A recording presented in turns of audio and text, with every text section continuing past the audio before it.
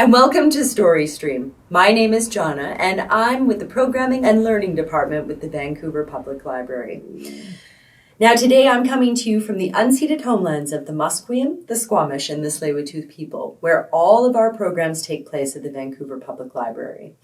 We're lucky enough to be able to live, laugh, and read stories together on this land. Fantasy literature is literature that is set in an imaginary universe, often, but not always, without any locations, events, or people from the real world. Fantasy literature may be directed at both children and adults, and is a great way to connect generations through reading. Today's reading will highlight one such story, The Ant and Amabel by Edith Nesbitt. The Ant and Amabel was first published in 1909 and is often cited as a direct influence to C.S. Lewis's creation of his famous Chronicles of Narnia, wherein a child travels through a magical wardrobe to a fantastic world. Edith Nesbitt, who published under the moniker E. Nesbitt, was a prolific author of books for children, writing or collaborating on 60 such titles, including the much-heralded Railway Children. She has been called the inventor of the children's adventure story. In addition to her gift with words, Edith was an activist, having formed the Fabian Society, which was a socialist organization later affiliated with the Labour Party. Today's story will be read by a very special guest, Kim Seary. Kim is an actress and winner of the 1985 Jessie Richardson Award for Best Performance in a Leading Role. She's a teacher of storytelling and improv for seniors and a facilitator for diverse creative writing groups. She is a poet, a playwright, and as well as a facilitator and founder of an art as meditation group, Spirit Art. Her stories appear in several publications. She's in love with her balcony garden, and she drinks tea nonstop. Now, without further ado, please enjoy The Ant and Amabel by Edith Nesbitt, read by Kim Seary.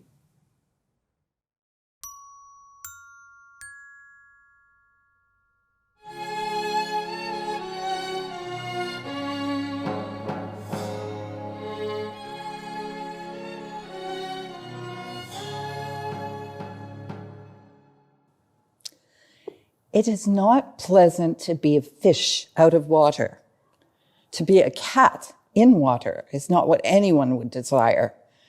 To be in a temper is uncomfortable, and no one can fully taste the joys of life if he is in a little Lord Fauntleroy suit. But by far the most uncomfortable thing to be in is disgrace, sometimes amusingly called Coventry by the people who are not in it. We have all been there. It is a place where the heart sinks and aches, where familiar faces are clouded and changed, where any remark that one may tremblingly make is received with stony silence or with the assurance that nobody wants to talk to such a naughty child. If you are only in disgrace and not in solitary confinement, you will creep about a house that is like the one you have had such jolly times in, and yet as unlike it as a bad dream is to a June morning. You will long to speak to people and be afraid to speak. You will wonder whether there is anything you can do that will change things at all. You have said you are sorry, and that has changed nothing. You will wonder whether you are to stay forever in this desolate place, outside of all hope and love and fun and happiness. And though it has happened before and has always in the end come to an end, you can never be quite sure that this time it is not going to last forever. It is going to last forever, said Amabel, who was 8. What shall I do? Oh, whatever shall I do? What she had done ought to have formed the subject of her meditations. And she had done what had seemed to her all the time, and in fact still seemed, a self-sacrificing and noble act.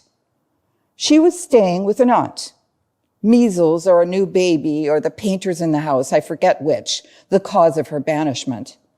And the aunt, who was really a great aunt and quite old enough to know better, had been grumbling about her head gardener to a lady who called in, blue spectacles and a beady bonnet with violet flowers in it.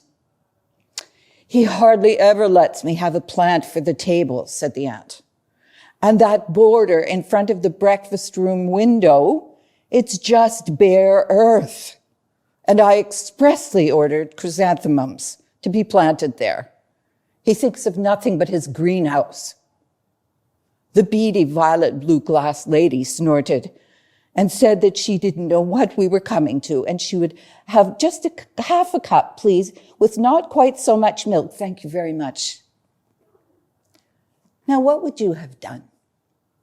Minded your own business, most likely, and not got into trouble at all. Not so Amabel. Enthusiastically anxious to do something which would make the great aunt see what a thoughtful, unselfish little girl she really was, the aunt's opinion of her being at present quite otherwise. She got up very early in the morning and took the cutting out scissors from the workroom table drawer and stole, like an errand of mercy, she told herself, to the greenhouse, where she busily snipped off every single flower she could find. McFarland was at his breakfast. Then, with the points of the cutting out scissors, she made nice, deep little holes in the flower bed where the chrysanthemums ought to have been, and stuck the flowers in.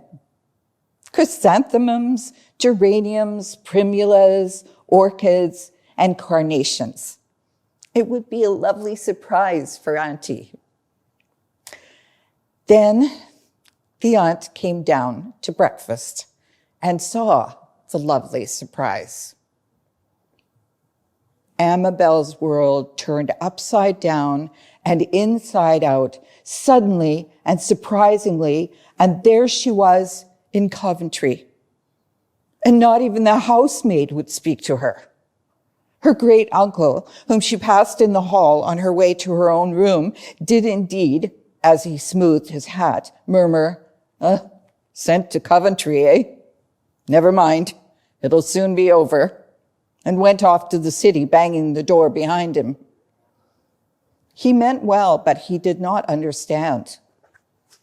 Amabel understood, or thought she did, and knew in her miserable heart that she was sent to Coventry for the last time, and that this time she would stay there. "I don't care," she said quite untruly. "I'll never try to be kind to anyone ever again." And that wasn't true either. She was to spend the whole day alone in the best bedroom, the one with the 4-post bed, and the red curtains and the large wardrobe with a looking glass in it that you could see yourself to the very ends of your strap shoes. The first thing Amabel did was look at herself in the glass. She was still sniffling and sobbing, and her eyes were swimming in tears. Another one rolled down her nose as she looked. That was very interesting. Another rolled down. And that was the last, because as soon as you get interested in watching your tears, they stop. Well, next she looked out the window and saw the decorated flower bed, just as she had left it, very bright and beautiful. "Well, it does look nice," she said. "I don't care what they say." Then she looked around the room for something to read, and there was nothing. The old-fashioned best bedrooms never did have anything.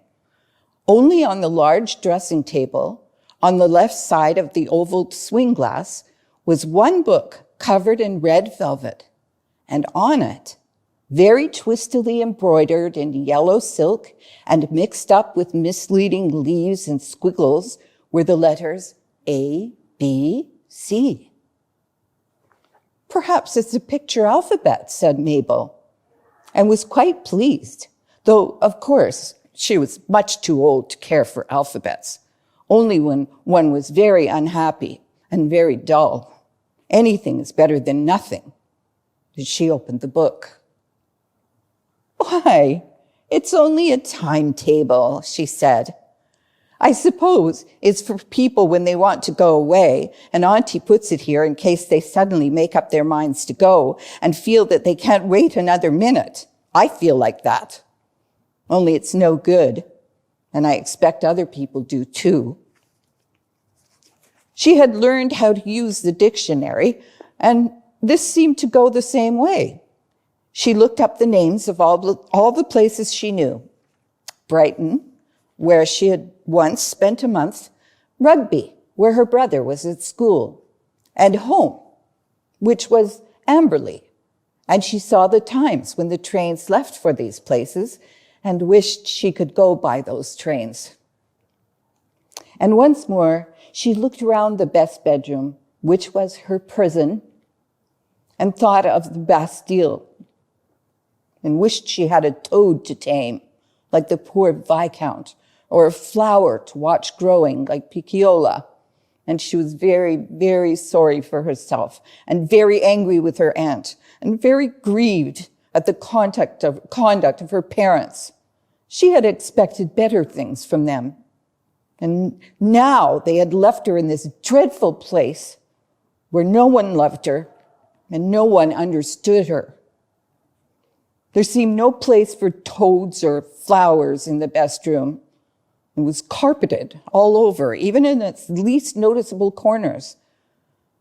It had everything a best room ought to have, and everything was of a dark, shining mahogany. The toilet table had a set of red and gold glass things, a tray, candlesticks, a ring stand, many little pots with lids, and 2 bottles with stoppers. When the stoppers were taken out, they smelt very strange. Something like very old scent, and something like cold cream, also very old, and something like going to the dentist. I do not know whether the scent of those bottles had anything to do with what happened. It quite certainly was a very extraordinary scent, quite different from any perfume that I smell nowadays. But I remember when I was a little girl, I smelt it quite often. But then, there are no best rooms now, such as there used to be. The best rooms now are gay with chintz and mirrors, and there are always flowers and books and little tables to put your teacup on, and sofas and armchairs. And they smell of varnish and new furniture. When Amabel had sniffed at both bottles and looked in all the pots, which were quite clean and empty, except for a pearl button and 2 pins in one of them, she took up the ABC again to look for Whitby, where her godmother lived. And it was then that she saw the extraordinary name, "Where you want to go to." This was odd, but the name of the station from which it started was still more extraordinary, for it was not Euston or Cannon Street or Marylebone. The name of the station was Big Wardrobe and Spare Room. And below this name, really quite unusual for a station, Amabel read in small letters, "Single fares strictly forbidden. Return tickets, no class, nuppence. Trains leave Big Wardrobe in Spare Room all the time." And under that, in still smaller letters, "You better go now." Well, what would you have done? Rubbed your eyes and thought you were dreaming? Well, if you had, nothing more would have happened. Nothing ever does when you behave like that. Amabel was wiser. She went straight to the Big Wardrobe and turned the glass handle. "I expect it's only shelves and people's best hats," she said. but she only said it. People often say what they don't mean, so that if things turn out as they don't expect, they can say, I told you so. But this is most dishonest to oneself. And being dishonest to oneself is almost worse than being dishonest to other people. Amabel would never have done it if she had been herself. But she was out of herself with anger and unhappiness. Of course, it wasn't hats. It was, most amazingly, a crystal cave, very oddly shaped, like a railway station. It seemed to be lighted by stars, which is, of course, unusual for a booking office. And over the station clock was a full moon. The clock had no figures, only now, in shining letters all around it, 12 times, and the nows touched so that the clock was bound to always be right. How different from the clock you go to school by. A porter in white satin hurried forward to take Amabel's luggage. Her luggage was the ABC, which she still held in her hand. Lots of time, miss, he said, grinning in a most friendly way. I am glad you're going. You will enjoy yourself. And what a nice little girl you are. Well, this was cheering. Amabel smiled. At the pigeonhole that tickets come out of, another person, also in white satin, was ready with a mother-of-pearl ticket, round, like a card counter. Here you are, miss, he said with the kindest smile. Price nothing and refreshments free all the way. It's a pleasure, he added, to issue a ticket to a nice little lady like you. The train was entirely of crystal too, and the cushions were of white satin. There were little buttons, such as you have for electric bells, and on them, what you want to eat, what you want to drink, what you want to read, in silver letters. Amabel pressed all the buttons at once and instantly felt obliged to blink. The blink over, she saw on the cushion by her side a silver tray with vanilla ice, boiled chicken and white sauce, almonds blanched, peppermint creams and mashed potatoes, and a long glass of lemonade. And beside the tray was a book. It was Mrs. Ewing's Bad-Tempered Family, and it was bound in white vellum. There is nothing more luxurious than eating while you read, and unless it be reading while you eat. And Amabel did both. They are not the same thing, as you will see if you think the matter over. And just as the last thrill of the last spoonful of ice died away, and the last full stop of the Bad-Tempered Family met Amabel's eye, the train stopped, and hundreds of railway officials in white shouted, "Where you want to go to? Get out!" A velvety porter, who was somehow like a silkworm as well as like a wedding handkerchief sachet, opened the door. "Now," he said, "come out, Miss Amabel, unless you want to go where you don't want to go to." She hurried out onto an ivory platform. "Not on the ivory, please," said the porter. "The white Axminster carpet is laid down expressly for you." Amabel walked along it and saw ahead of her a crowd, all in white. "What's all that?" she asked the friendly porter.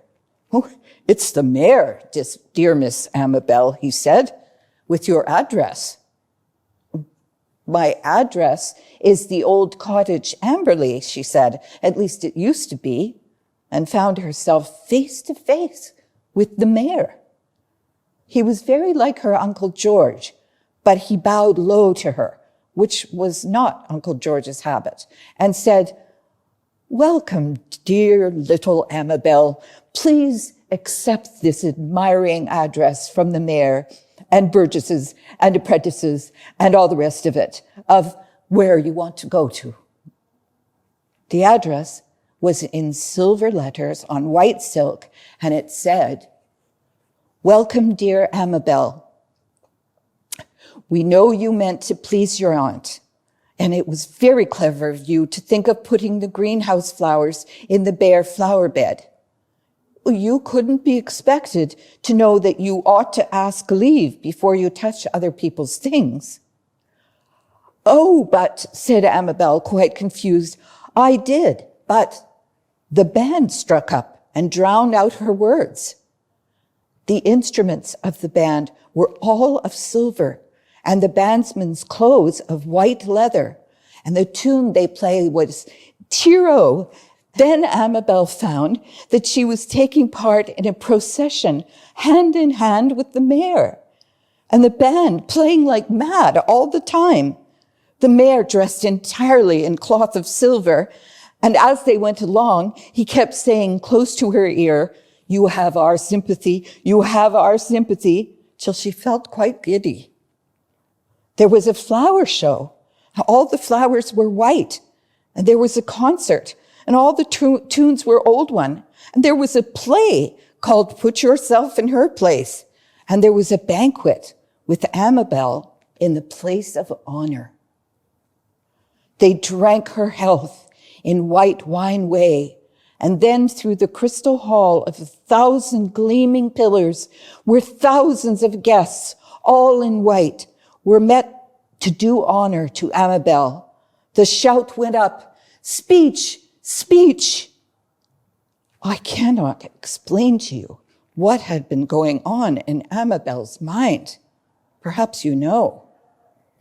Whatever it was, it began like a very tiny butterfly in a box that could not be kept quiet, but fluttered and fluttered and fluttered.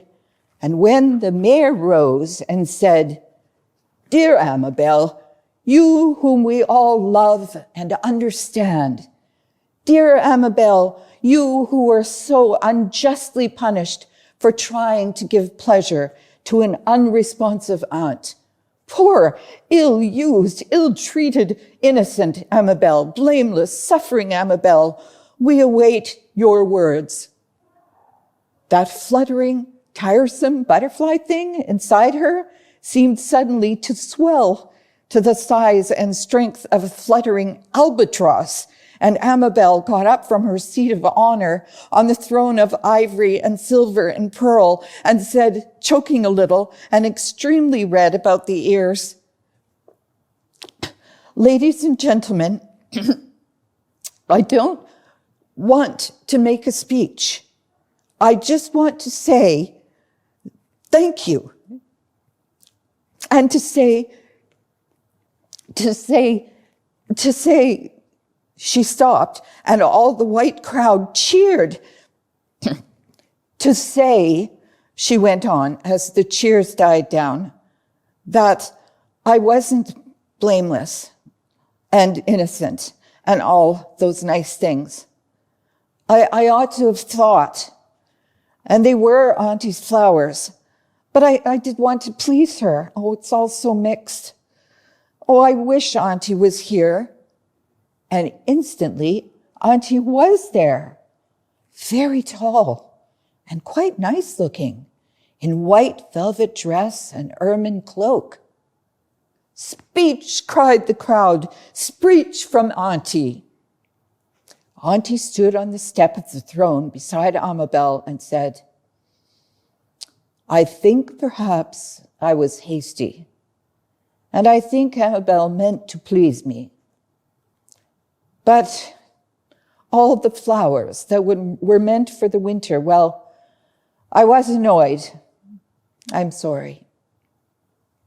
"Oh, Auntie, so am I, cried Amabel. And the two began to hug each other and on the ivory step while the crowd cheered like mad and the band struck up that well-known air, "If You Only Understood." "Oh, Auntie," said Amabel among hugs, "this is such a lovely place. Come and see everything." "We mayn't we?" she asked the mayor. "The place is yours," he said. "And now you can see many things that you couldn't before. We are the people who understand. And now you are one of us, and your aunt is another." Well, I must not tell you all that they saw, because these things are secret, only known to the people who understand, and perhaps you do not belong to that happy nation. And if you do, you will know without me telling you.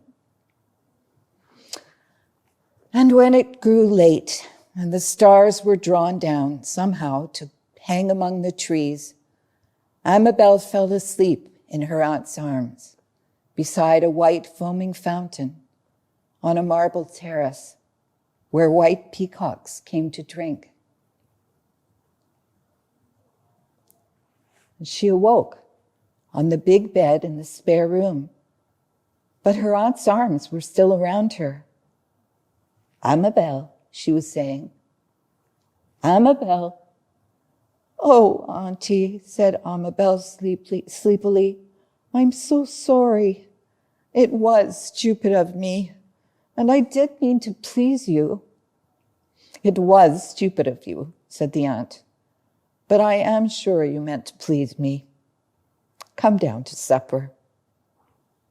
And Amabel had a confused recollection of her aunt saying that she was sorry, adding, "Poor little Amabel." If the aunt really did say it, it was fine of her, and Amabel is quite sure that she did say it. Amabel and her aunt are now the best of friends, but neither of them has ever spoken to the other of the beautiful city called Where You Want to Go To. Amabel is too shy to be the first to mention it, and no doubt the aunt has her own reasons for not broaching the subject. But of course, they both know that they have been there together, and it is easy to get on with people when you and they alike belong to the people who understands. Now, if you look in the ABC that your people have, you will not find Where You Want to Go To. It is only in the red velvet bound copy that Amabel found in her aunt's best bedroom.